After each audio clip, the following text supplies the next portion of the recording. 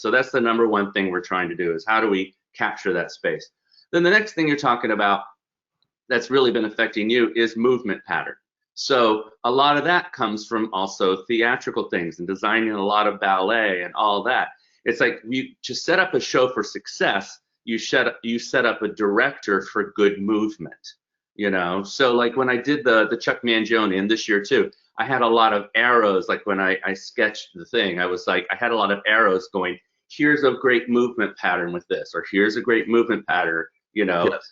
The Mangione had a little more circular qualities. This year had that long line that gave you all kinds of impetus for movement. Like I was on the field for their show at the end at finals. I was down right in front of them.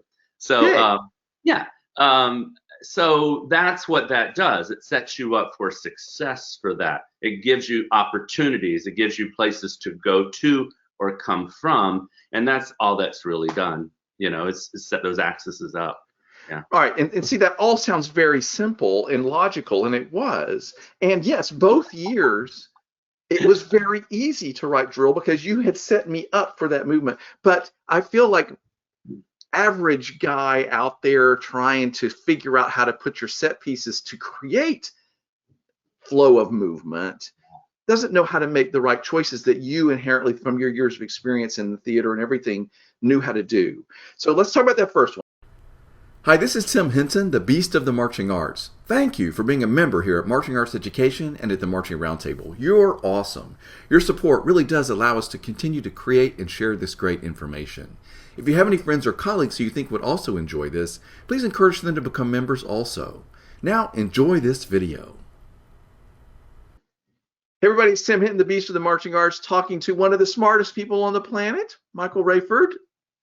How are you, Michael? Hey, Tim. maybe that's not fair to start that way, because everything. I don't want you to feel like everything you say has to be brilliant, although it probably will be. Yeah, it's all downhill from now, Tim. It's all downhill. So, Michael, I'm so looking forward to talking to you today. Thanks for doing this. So, you, of course, as everybody knows who you are, because you're this sort of set designer extraordinaire. You've had these wonderful successes in all kinds of theater and Winter Guard and marching band and drum corps and all these things. Loving everything going on with the Blue Coats. The last few years have just been more and more bold and crazy and interesting, and it was one of my favorite things this whole summer. Thank you. I appreciate that very much. And of course, we see your work in all kinds of woodlands and all kinds of different places. That it's all brilliant and fun. So the reason we're talking today is because I've been staging and working with the Archbishop Alter High School Band I just had a conversation with Todd Tucker, the director there. 15 years I've been working with this band. I didn't realize it'd been that long. But each year lately, things keep going better and better. This year, of course, they were the Class A champion. Really exciting. Everybody loved that Stevie Wonder show. And I feel like a big part of how it was able to work so well was the set design that you helped us with. You did, last year we were doing that Chuck Mangione show. We came to you and said, okay, we have these pieces of a puzzle. We have these ramps and we have these platforms and stairs and things. And like, how can you give us a new way of using these set pieces? There were like 6 backdrops. There's the percussion ensemble that's always staged on the field. And they're a small group, right? This year they had 36 kids on the field, of which like 20 are winds players. Mm-hmm. I think there were 6 color guards. So it's a very small band that's having a great level of success. Mm-hmm. So last year we came to you and said, can you help us, give us a new idea? And you drew this fantastic, it was like a long, do you want to describe it? It was like a long ramp going up one side and then turning a corner and going down the other way. I think you just did it. Okay.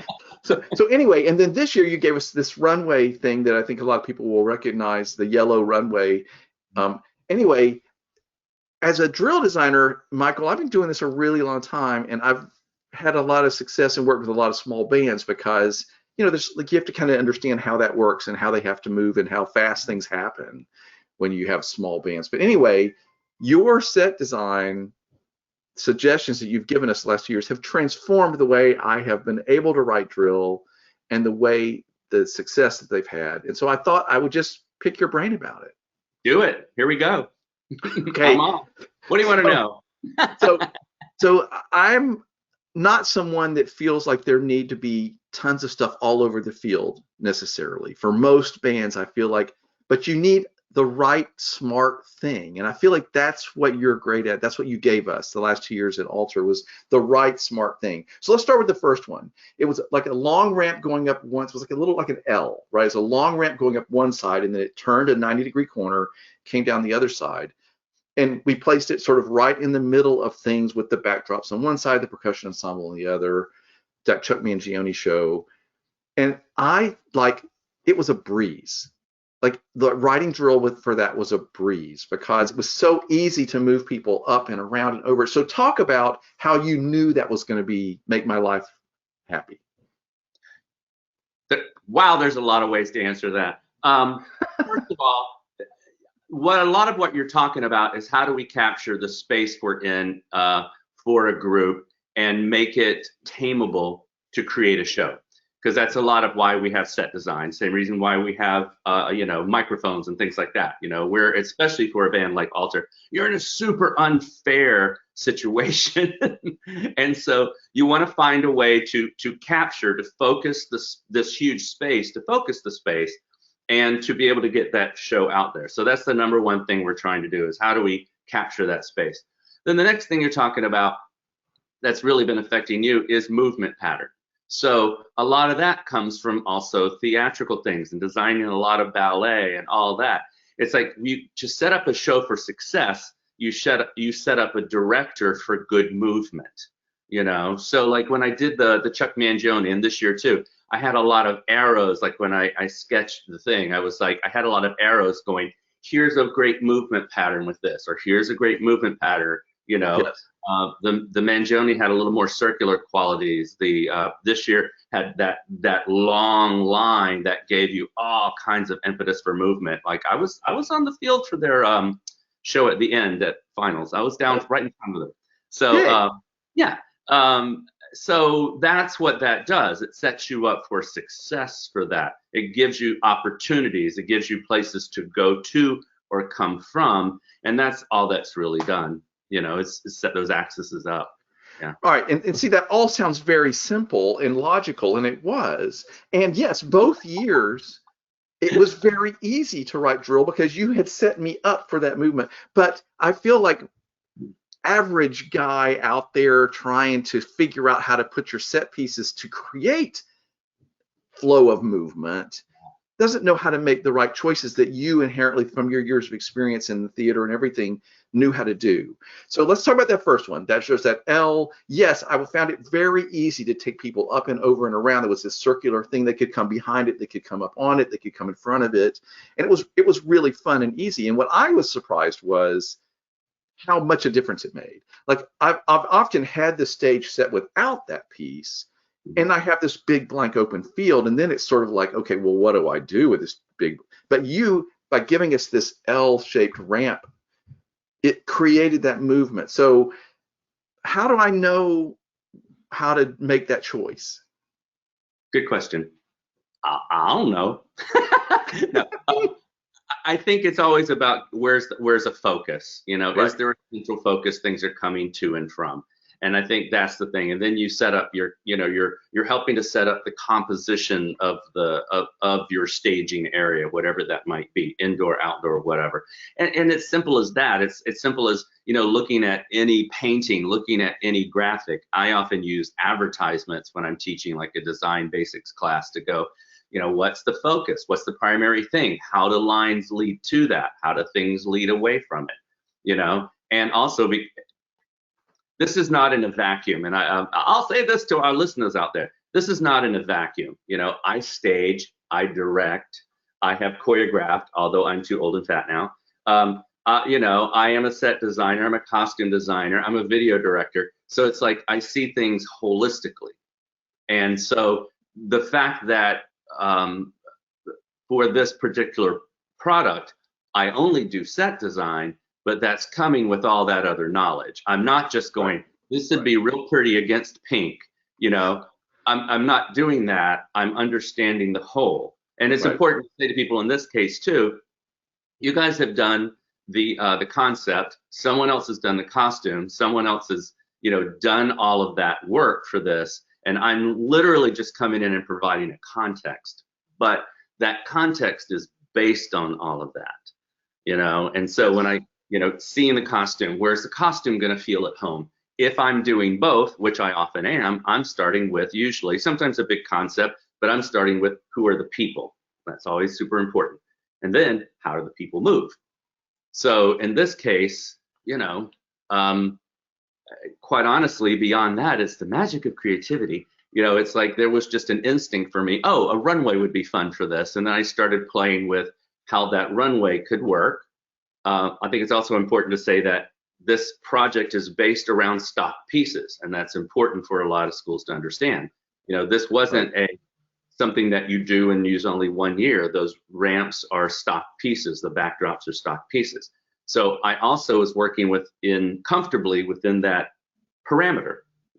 Some people call it limitation. It's just a parameter, And so that's what I did. From there, I just started sketching things and going, oh, well, if a runway would be cool, where did that come from or to? And so this year, to me, it made sense to connect all your backdrops and really get more of a monolithic feel that created an off stage, actually for this. So, I mean, literally the process. But yeah, there's a lot of time and experience and knowledge that's wound into that. And the important word, which is instinct, it's like understanding as an artist your instinct, and then how that can or can't work, or does or doesn't work. It doesn't always work. So. Right. So you sent me a drawing of this year's the Stevie Wonder show that people know from Archbishop Alter, and you sent me a picture of this long yellow runway coming out from behind these backdrops. And my first reaction was like, that's really beautiful. Like that's like so cinematic almost, and like the idea of it was exciting. And then immediately I had like a major sort of panic attack because I was like, oh my God, can I write drill for this? Because it seemed at first glance very limiting. I was like, okay, well, there's a runway, so you go down it this way and you go down it this way, and then you exit or you're on stage. And like at first, I thought this is terrifying. I like it. I think it's beautiful. I'm excited about it, but I'm really scared by this. Well, what you found, and let me tell you what you found, because I watched it. What you found was that strong line could intersect anything you were doing and create an instant focus. And you didn't have to have linear things. You could have curved things. You could circle around it. But by having that one person doing the acrobatic work coming down, that created a really great tension for the rest of the things that were going on. So tension, it's a great word there. Yes, and you're right. And that is what I found is once I started, I drew it out there, and we took the existing pieces they had, long ramps, some long stages. Anyway, we put them together to make this thing. I think they bought a couple new pieces, so it's long. But anyway, you're right. Once I started thinking about it and figuring out, okay, well, that would be cool if the show started where they all come down the ramp, because it's obviously going to go down this runway a lot. You're right. I found the things you just described. I found ways that I could use it that were hopefully surprising. And then I found my challenge, Michael. I feel like the thing I love about any sort of prop or set piece or anything is you use it, and then you use it in a bunch of ways nobody's going to expect. And so like it can, oh, I didn't see that coming. Oh, wow, that's a great idea. I never would have thought of grabbing that thing and doing that with it. So that was my next thing was, okay, how many different ways can I use this setup of this runway? And I hope you feel like I found some good ones, because it was a lot of fun to try to be creative and figure out, okay, oh, what if they all sat on it, right? That kind of thing. And it was a perfect example of sitting on it and not having, and being able to look over the shoulder this way and still be really present, because some people would think, oh, they're looking over there. No, they weren't. It was like you saw them in profile, which was really interesting. So the word I want to introduce here is obstacle. So lots of times on stage and directing, people talk about, what's your obstacle? Or if there's an obstacle in the set, what does that motivate? How does that motivate you to get around it? And obstacles can also be something emotionally that we work towards or against, like what's your goal? What's your path of something? And the minute you throw an obstacle into it, sometimes people do this, and sometimes that's great. And sometimes people do this, and so what you had there wasn't a really positive obstacle, yeah. No, absolutely. And a lot of times great creativity comes when you have that obstacle. I can tell you as a music arranger, Michael, sometimes my best shows have been when somebody said, I've only got 3 trumpets and they can't even hardly play a note. Mhm. And then I'm like, okay, I've got to get really creative with this music for this marching band because they don't have that. Or I have 45 flutes and a trombone, right? And I feel like at this point, if I'm good enough arranger, I can make that work. I'm like, okay, that doesn't scare me anymore because I know I can be creative around that. So that's sort of what you gave me here. You gave me this obstacle, this runway, and then I had to get creative. Some of the greatest freedoms are in limitations, right? Musical quote. So I wanted, like, what's the takeaway for drill writer, band director, stager out there? Like, I feel like we've kind of said it already, but I want to make sure we're making this point, is that I felt like by getting the setup right, the basic, as you said, sort of the way things are going to move, by getting that making that choice wisely up front, then all of a sudden my job became really easy. Oh, here's all the things I can do with this new obstacle with this set design. I think number one is don't try to cover too much space with too few things. A lot of people will say, I have 6 things. Oh, I've got to cover this whole space, so I'm going to put them like 3 yards apart. Well, that doesn't really help you because in our world of using multiples, the closer they are, the more they magnify each other. And the other thing is, like, all you've done is giving me 6 tiny focuses when you do that. If you bring them together, I've created at least one really good focus on the field, on the stage, on anywhere, and I've given you a place to work to and from. And so basically we've created, again, for a school, especially their size, we didn't try to hide the fact of where we were. We just really focused you. So use your stock, use your more, limited palette to create a great focus that you can work to, from, around, and give you motivation to come to and from that focus. That would be my takeaway. No, that's it. And the thing is, as a drill writer, you know what? Right. That's all I need, because that's enough for one show. Like a show doesn't need too many ideas. It needs a few really good ideas explored a lot, or maybe even one idea explored a lot. So I feel like if you get that set up and we know where that focus is going to be, or how moving in and out of that focus or around that focus or whatever, like that's enough to write a show. That's enough to stage a band with 36 kids for 7 minutes. Absolutely. And people have done other things for that scale. They've actually pulled out a winter guard tarp and go, here's our stage. Yes. And just be happy with that. If we're going to be happy being in that arena, we have to be happy, doing the suspension of our disbelief, and go, well, here's my show. But that's all you've done. You've helped that smaller band have this focus that felt bigger in that space, and it did. And plus the performers were amazing, and they were truly like 36 stars, and everyone shone, and they were having the time of their lives, which comes back to the most important thing of all of this, So yeah, you could tell they felt like they were in a special place and looked special, and we're doing a very wonderful, special thing. And if entertainment, what we are, entertainment education is about anything, it's about that, So. Well, I love that. That makes me really happy that you just said that. Yeah. And I think that's exactly what happened. I think that's why I was just talking with Todd, like I said yesterday, we did a podcast recording about, here's the thing, Michael, like we all put shows together and we have these ideas of these moments. Like a lot of times when I'm designing, months and months before something happens, I think, okay, this could be a real moment. Like this could be, maybe we bring people to tears, we bring people a lot of joy, we get them to clap along. But I gotta tell you, because I'm not perfect and I make a lot of mistakes or whatever, or the situation or the band or whatever, a lot of the times it doesn't happen.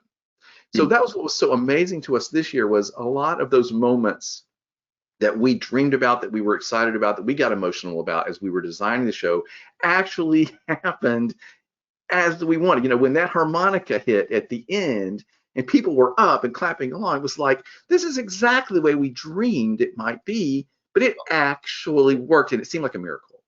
the harmonica was a very humanizing moment and a familiar moment that everyone could step into. And they were surprised in this environment, in this huge stadium with not so great lighting, I might say, that suddenly that was there, and that was exciting. But the number one thing you did, and I will say this in my spectrum of, this project to Bluecoats, the number one thing you did is you connected those students to that piece, and they felt that piece, and they communicated their feelings of that piece, and everything that we did worked because that worked.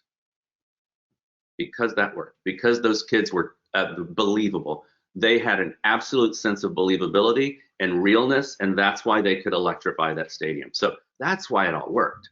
They were set up for success. Yes, they were set up by events and variety and all kinds of interesting things, but they were the ones who actually bought in, and whatever you did to get them to really feel comfortable being themselves and connecting to that, that's why this worked. Yeah, absolutely. And I mean, I wasn't there doing that, but I talked to Todd Tucker about that, and I asked him, how do you get them to be so comfortable, to be so vulnerable, to be comfortable being themselves? Because you're absolutely right. We knew how happy they were. And, he said to me, those smiles weren't faked, like they were really happy, and like you said, we set them up, we gave them the harmonica moment, we gave them the hat, we gave them this dance, but still we could share their joy. And that's what you're describing, I think. It is. And, in my world, I work that full spectrum. I work as a performance coach at Bluecoats and at Woodlands and at, other schools and Fishers and Mr. Ridge. It's like I work as a performance coach there. So I'm working on both ends. And so it keeps me in check to understand at the end of the day, the importance of that. And I'll use my sports analogy. It's called setup and spike. We do the setup, but they have to come in and spike it. And if they don't know how to spike it, then all the setup in the world, the ball just falls back to the court. So yeah. Right. And I feel like a lot of bands don't have the setup. And so that's a real challenge from the beginning. And I've seen bands try to spike a show that wasn't set up well, and that's still exciting to see. But when the two come together, when they have the right setup, they have the right vehicle, they have the right moment, and then you see those kids spike it, that's what we all get thrilled to. Yeah, and I'm going to be really corny here, so edit this out if you want. That's entertainment. Sorry. No, you're absolutely right. It is. But because we talk about entertainment in the world of marching and all these different things we do, but I think a lot of times people are trying to figure out what is that intangibility of it. You've sort of described it and explained it in a way that I think makes this conversation really helpful. And I just want to say, for my sake and for everyone else's sake, Big E entertainment doesn't always mean familiar things. Like there's plenty of groups out there, and I work with some of them who do super classical or super abstract things, but are still set up in a way to captivate and move an audience in an impossible setting, And so that's still Big E entertainment, but I have to make sure that each one of those things has its highs and lows and moments and surprises and setup and spike and emotional connection from the performer, whether that's high, medium, low, whatever it is. It's just sometimes easier to see when you're doing a show like this, or I'm going to go to other things and go like the Woodlands, or like when the Bluecoats were doing Beatles, it was easier to see that, but it doesn't mean that that's the only thing that is entertainment. It doesn't mean that, So I do think it can give us a head start. Because in my opinion, I think everybody, one of the things we loved about this Stevie Wonder show was that I think people already have an emotional, joyful connection to this music. Right.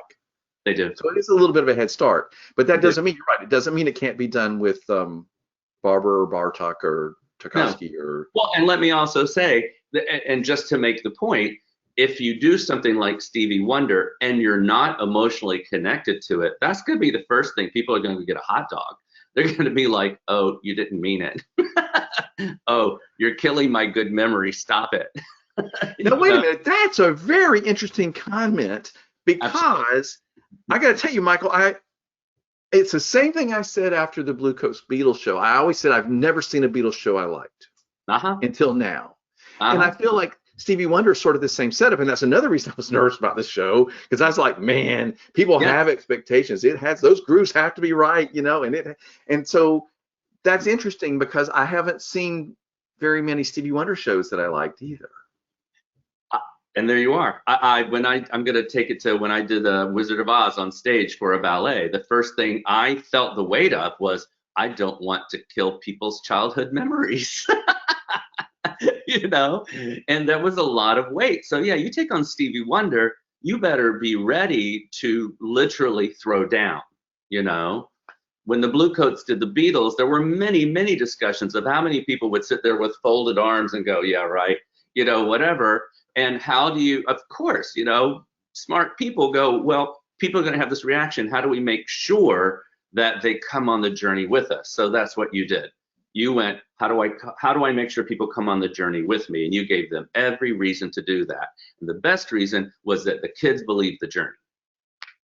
That was the absolute best thing of all of it. Those kids believed that journey. That keyboard player, what? Yeah, what a star. Shout out to keyboard player, hello. Oh my goodness, what a star to have isolated and just like kind of directing the whole show, you know? Yeah, Great. that's why, and of course that's why we put him up on that yellow cube. The year before with the Mangione show, it had been the drum guy who was also the singer that was doing that role, right? And when you have a small band, no drum major, you need to have, sometimes you need to have somebody doing that. But yeah, that whole show was written around that piano kid, of course. Well, yes, I mean, but you like go into that here. This is important. People understand, you know, everything from I'm gonna do this because I'm doing a spectrum from, you know, from this project to Bluecoats. Same thing. Who's your talent?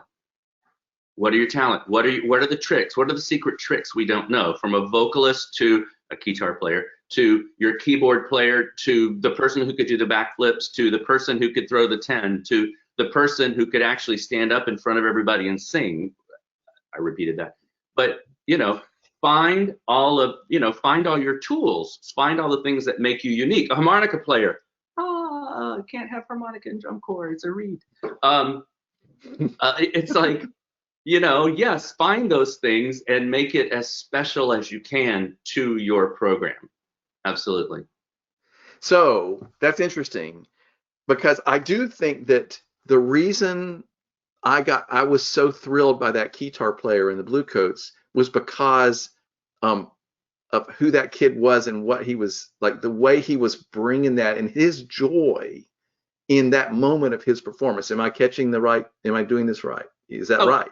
Absolutely. It totally was. And he was one of those people that took coaching so well that just exploded over the season, So yes, but we also already knew that personality was there and those chops were there. So figuring out how that could work was also that's the job of a good team, you know. How do you make that work? How do you set them up for success? How do you coach them to do enough, not too much, you know? How do you make that real and not become surreal? Well, maybe surreal is good, you know, but not become fake. How does it remain real and true every night? Yeah. Okay, so let's talk about that for a minute because this is really important. And this is a wonderful analogy, actually, that guitar player with the Bluecoats versus what we were just trying to do and what happened with the Stevie Wonder show was the same dynamic. The joy of the performers was real and authentic and palpable. So you're talking about coaching them not to do too much. I feel like it's sort of like the little tiny girls doing cheerleading competitions where they're doing these big smiley faces and I just want to run because it's so unauthentic. So how did you get that guitar player to not do too much, to not seem like he was like, because it was so natural, like he was just having the time of his life, and I was getting to share that. With any good, well, first of all, there is in most of the programs I work with, not all of them, there is a performance track of some kind, you know, even if it's unfortunately rapidly done on the field or it's done inside before they go outside. And that's the same with Bluecoats. And so there is a basis of performance.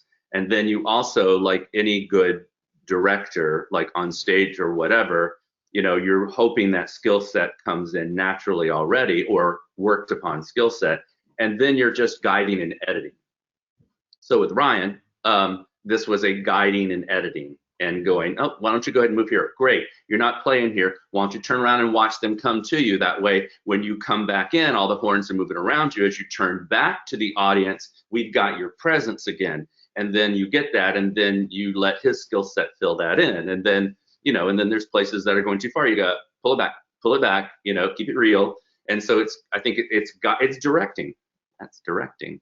It's guiding and editing, So back to your kids at this show, you also had people that had skill sets to deliver, and that's what's important too. And so they could deliver those skill sets with a natural ability, and you just had to guide them or elevate them or shape them. And that's what directing is, that's what directing actually is. So, yeah. And not everybody has the directing chops of Michael Raiford or these other brilliant people, but I feel like obviously somebody there does. Obviously somebody there does. Well, that's what I was going to say is that I feel like the Alter thing is like, these are great kids, but like they're not really different from the kids everybody has standing in front of them. They have good training, that we gave them a good vehicle to work with, that kind of thing. But I talked to Todd about how do you get them to perform like that, and he describes they work on that. They talk to them and they do exercises and they do all those things. So listen, everybody, if you're listening to this and you're like, I want my kids to be able to perform authentically like that and share that with the audience, that is a skill you have to work on, and there is a way that you can do that, and you can learn that. Pull in your theater department, pull in your directing people. Hopefully you have a theater department. If you don't have a theater department, somebody's got some form of theater in their town, even if it's a tiny, tiny community theater. Pull in an acting coach, pull in that to come in and to work on those things. That is a specific skill set that, I have worked to develop for the nonverbal, performer. And so that's super important of how you connect those kids to all of that, Yeah. So, but that's so sometimes when you're designing a set for theater, say, or ballet or whatever, you talked about creating an obstacle. Do you do that, but based on, well, this show needs that, or is it how do you make that decision when to do that or how? Well, sometimes you call it an obstacle, sometimes you call it motivation for a scene. So that can be the same thing. In the middle of Wizard of Oz, there's this like human driven, just like we do on the band field, because ballet stages can't have automation in them. So it's totally human driven, ramp that happens to be in a Z with an O in the middle. Oh my God, it's Oz, and how that moves with dancers, to one person could be an obstacle, to another person is an opportunity. So turning obstacles into opportunities is actually what you're hoping to set someone up for. It could be as simple as, if you're doing a realistic piece, is there a coffee table in the middle of the room, or an ottoman? And I've had this with like performers before, and some people in a situation will be like, let's get the ottoman out of the way. Some people in a situation will be like, oh wait, no, if you stop at that ottoman and have to get around it in the middle of this argument, what does that do to you? That's the positive use of an obstacle. What is that having on think of your normal living room, the fact that you have to circle around a coffee table, do you want to do that? Versus, and some people will be like, yes, that's great, because that sets up this and this and this obstacle and blah, blah, blah. Some people will be like, do we have to have a coffee table? And that's how some people work. So I think the opportunity of obstacle is interesting, but it's also that same obstacle becomes a landing place. So let's go back to that coffee table or ottoman. Well, that's the thing also that then I jump up on and have an elevated space and have a different either aha or a dominating space from, and that's what we do with our stages, right? So we're just creating that place to either give us focus or dominance, or something that I could do in a lower body plane that just happens to be up higher. Now I can see it a little bit better, so is it obstacle or is it opportunity? I think it depends on how you use it, what your point of view is, Of course, if you set up too many of them, sometimes you just can't go anywhere, so oops. Don't do that. Right, which is something I feel like sometimes quite honestly, there's too much stuff on the field So many focuses, so many, I don't know how anybody ever writes, quite honestly. And where I'll disagree with you is it's not the problem of too many things, it's how you use them or when you use them or where you place them. Like that's the problem. That's Not fair. the number, it's the use and arrangement of them. That's fair. So I'm reacting to it by thinking, oh, there's all this stuff because it hasn't really been well managed. Ding. Okay, that's fair. And I'm glad you made that point because I don't want to say there can't be lots of stuff. Absolutely. There Okay. can be lots of stuff, but how do you use it? And you could just run through, even the BOA that we've just seen, everything, and go, how was it used? How did people use things to either define the field vertically or define the field horizontally, or where was the movement, and when did it work and when didn't it work, and when did it seem to get in the way, and when was it supportive? One of the rules that I keep in the back of my head is if I'm doing any play, musical, ballet, whatever, most directors don't want things moving during super important moments. Okay, so if you've got to focus, you've got a trumpet solo, and you really want to focus on this trumpet solo, not a great time to be moving a lot of stuff in the background. Not a great time. With Fishers, if you saw Fishers, you had all the lighting effects. So I created that, directed that. So it was that same thing. The instinct was to overuse that, and I'm like, no. This should shift and elevate, and once in a while you actually see a bump and you notice them, and the rest of the time you were just affected by them. So I think that's the way to think about movement in things as well. It's like, how do these things become part of and enhance the performance when they need to, and sometimes have their own effect because, pageantry is fun, spectacle's great. And then how do you not take away from the other important moments? If I've got my major woodwind trill going on, somewhere, and this is like the thing that I want my woodwind exposures happening. I don't want 1,000 other things happening to take away from that. But then when I grow the moment, then I open up to those things, or have big moments, things can move, or, there's all kinds of ways to think about it. Point being, you've got to consider the whole and how it affects your focus and the show and all that. So too much stuff, never. How's it used when it's used? Problem. Okay, fair enough. That's totally fair. And by the way, that Fisher show was gorgeous. Great job on your contribution to that, and it was really, really beautiful. And I love that you've said the word focus about 1,000 times, because I feel like marching band staging and drill writing from the beginning of time has always been about creating focus. Where do people look? What's moving? What's drawing your eye, right? So you've been just taking those same principles and applying them here when you have these set pieces that are moving or motivating or whatever. I like that's sort of been the takeaway for me, because it's not like the game has changed. It's just you're doing it with some different pieces. I'm helping the game. You're helping the game. Right. You're helping it. You're helping motivate staging. You're helping giving it a context. You're helping all of that. And as in with music, where you have pieces that have 3 lines, you have the baritone line going on, you have the woodwind line going on, you have the trumpet line going on. We can have shows that have multiple focuses that know how to live together, and then you bring them together to the key moment, and sets can do that, as well. So, well, to that point, that's absolutely the premise for why I called you, wanted to talk to you today, was because the set design that you have given us for Alter the last 2 years has helped me monumentally be able to figure out how to stage and use it and motivate things, and actually was really fun both times. Like, I thought, okay, now that I'm set up for this with this help from Michael, like, it was really easy and fun. I don't know if easy, well, I guess it was easy. It wasn't simple, but it was easy and fun to sort of figure that out and do that staging. And I was thrilled with the opportunities it gave me. There was a time at the end, right near the end of, well, before the finale, where I had the Alter winds all just sort of jazz run around and come back out with hats, and they just sort of followed that flow that you set me up for. And that was, to me, really thrilling, not only to write, but to see them do. And you made that possible because you set that up. And I loved that.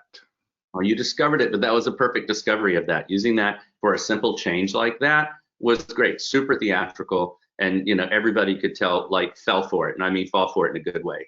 They were just like, Look at that. It was fun. Yeah, because they're going back there, they're coming out. Oh, and no, look, now they've got hats. Like it was that simple, Yeah. but boy, did it really help. So thank you again for your huge contribution to the success that we've had and for making my life really joyful by using those set designs. Last question, if somebody's listening and they want to start this, I think that there's a temptation to try to do too much. And I think this is kind of obvious, but I still want to ask you, somebody's doing this, they want to start creating some set pieces to start with. They should start simple. What would you say? I would say that I work with multiple, probably 40% of the programs I work with stock units. So I would look at that because I think you have to consider your whole situation. You have to consider what is useful and not useful artistically, financially, transportation, parents. You've got to consider it all. Like, who's going to do this? Do they have the infrastructure to even get the stuff there? And then who's managing it? So there's a lot to consider before we decide that we want that, because you want it to go well and you don't want building things or managing things to distract at the end of the day from the show. So I said that. Are you happy I said that? Everybody should be very happy I said that, because I honestly believe it. And I go into any project every year going, hey, assess. Did this work? Can we make this work? Because if we can't make it work, it's not useful. Number two, I would look at the stock unit things. I would look at, where do I get into this in easy ways for me to understand. If I'm at a program that, doesn't have designers, you're really needing to do it yourself, sit and study ways to do it. But my biggest thing I'll tell people is don't just look at marching band. Please don't be interreferential. Look at stage productions, look at how things move in other places, bring that into our world. Don't just draw from our world. I think it's super important. UIL in Texas, like theatrical competitive things in UIL in Texas, which is this amazing. All these programs work from stock things. You get so many blocks and so many long blocks and all this, and how do you use your building blocks? So doing that, like with this project, you have stock units that we're working from, and then you can add a couple pieces a year to that puzzle and make that puzzle a little bigger and figure out what's useful and what not, and then find your balance. So how do you do that? Learn to walk before you run, learn to run before you dance, or maybe just start dancing, but you better have a great budget. Yeah, but you're absolutely right. Like, here's a ramp, here's just a flat platform, here's some stairs.